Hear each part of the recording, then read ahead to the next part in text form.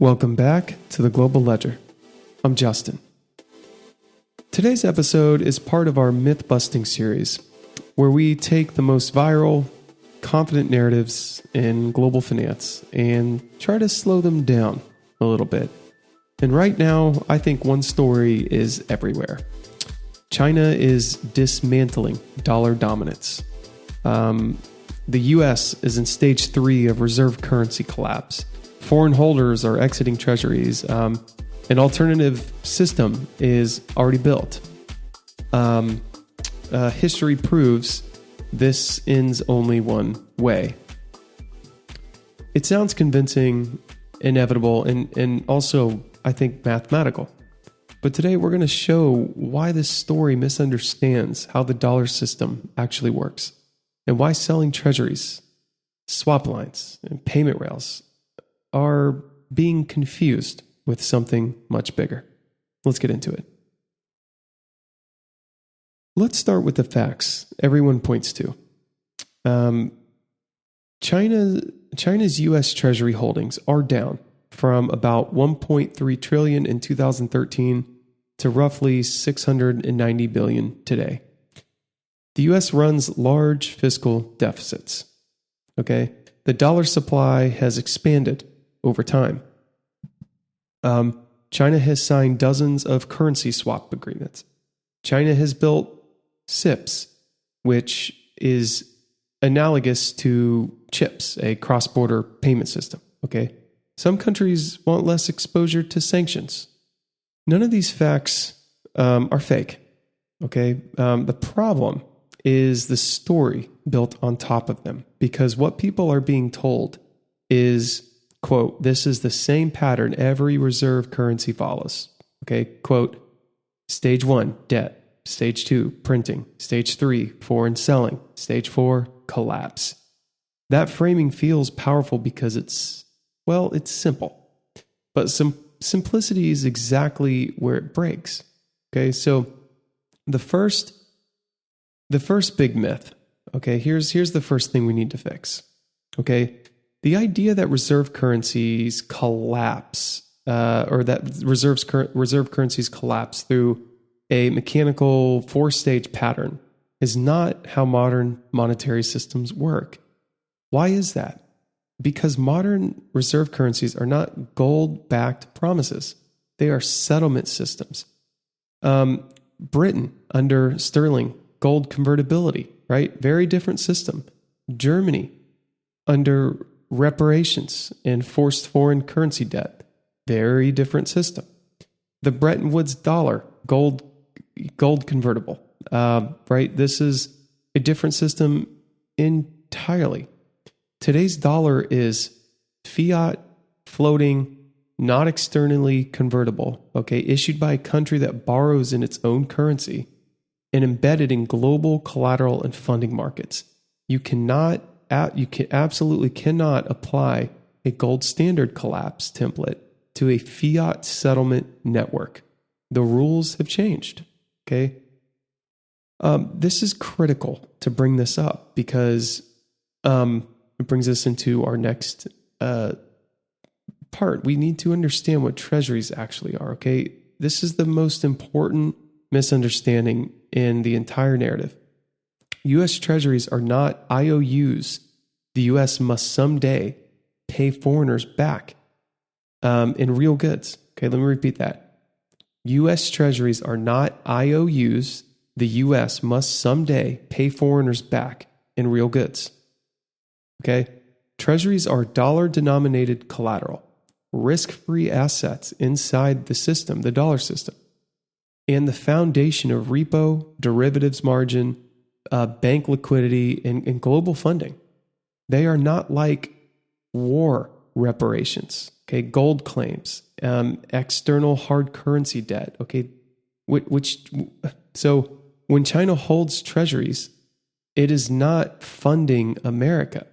It is holding the safest dollar asset available.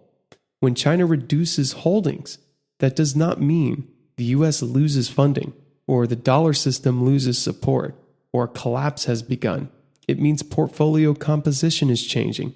Custody agreements may be changing. Valuation and duration risk are being managed.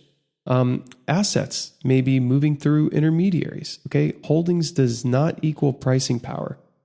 Holdings does not equal control, and holdings do not equal system stability. Okay, really important. You'll often hear this statement: foreigners hold trillions in treasuries. If they sell, the system collapses. It sounds logical, it really does, okay, but it misunderstands how markets work. Treasury prices are set by dealer intermediation, repo funding conditions, balance sheet capacity, risk appetite, and regulation, not by a single foreign seller. Foreign official holders are price takers, not marginal traders, and often custodial holders, not active dealers. The marginal buyer and seller of treasuries is the dealer system, not China. If dealers can intermediate, the market's clear. Okay, the market clears. The constraint is balance sheet capacity, not foreign sentiment. Okay, selling treasuries equals attacking the dollar. Okay, this is another false claim. Okay, this is where fear rhetoric, I think, really escalates. Selling treasuries does not attack the dollar system. And why is this? This is because treasuries are inside the dollar system. When a treasury is sold, someone else buys it. Settlement happens in dollars. Collateral remains in the system, and the dollar liability does not disappear. There is no quote, run dynamic like a bank deposit. The U.S. government does not face a liquidity constraint in its own currency. The risk is market structure, okay, not solvency. But let's talk about the part that sounds most impressive. Okay, this is China has 42 currency swap agreements worth trillions. This is deeply misunderstood. Swap lines are contingent liquidity arrangements. Okay, often unused, short-term, bilateral, and limited in size and scope. And they do not create deep collateral markets, long-term funding curves, risk-free asset pools, and global derivatives infrastructure. Okay, the Fed's swap lines exist for one reason: to stabilize the dollar system during stress. That's it. China's swap lines exist mainly to facilitate bilateral trade, reduce immediate FX pressure, and manage regional liquidity. That is not a replacement for the dollar system. It is local plumbing, not global architecture. Okay? SIPS is not SWIFT plus the dollar. Okay, this is another crucial distinction. SIPS is a payment rail. It handles messaging and settlement instructions. But payment rails are not funding markets. Messaging systems are not collateral systems, and settlement does not equal balance sheet capacity. Dollar dominance comes from treasuries as global collateral, repo markets, derivatives margining, open capital markets, legal enforceability, and institutional trust.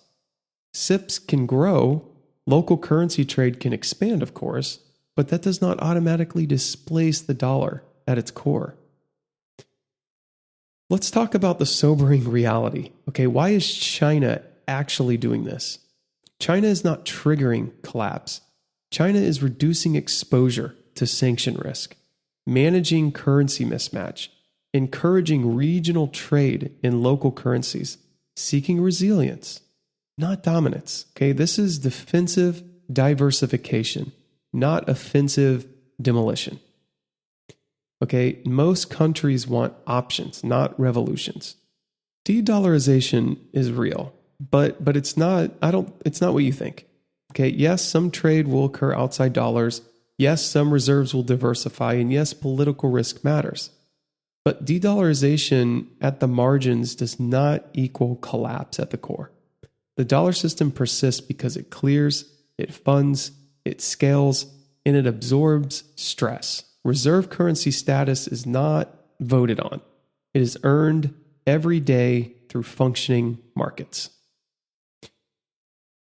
if you want to watch real risks, okay, what would actually threaten dollar dominance? Okay, so watch these things, I think, instead.